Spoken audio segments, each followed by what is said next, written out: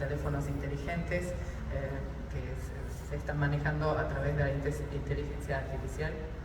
A Ružena Bajči je jedna z tých dvoch žijúcich, dneska 92-ročná.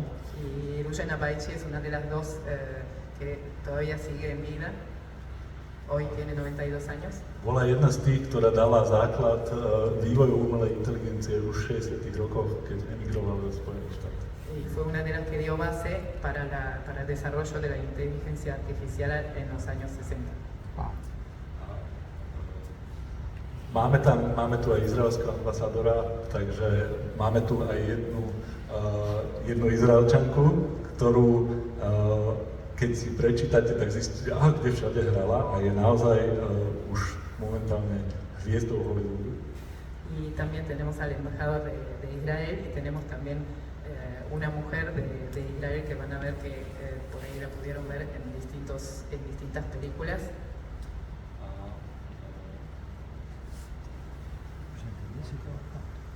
A napríklad jej mama prežila holokaust, skrývali ju mníšky na slovenskom kláštore.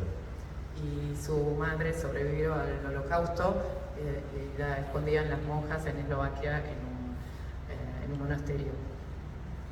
Máme tam potom napríklad jednu v členku encyklopédie 100 najvplyvnejších fotografiek alebo fotografov sveta.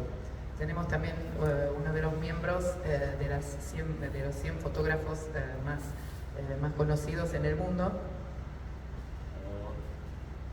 Máme tam členky feministických hnutí. Tenemos miembros de los movimientos feministas.